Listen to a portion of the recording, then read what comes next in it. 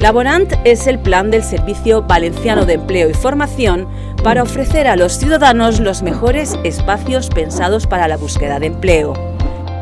El plan Laborant incluye 9 espais Labora, 3 de nueva construcción en Meliana, Paterna y Castelló y 6 remodelaciones integrales.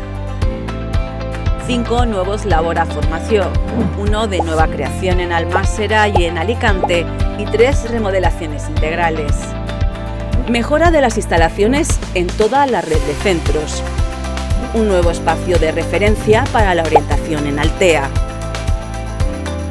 Un nuevo centro de orientación, emprendimiento, acompañamiento e innovación para el empleo en Valencia.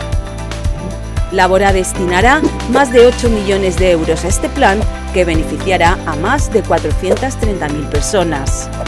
En Labora creamos espacios de oportunidades donde las personas reciben orientación laboral y formación para el empleo.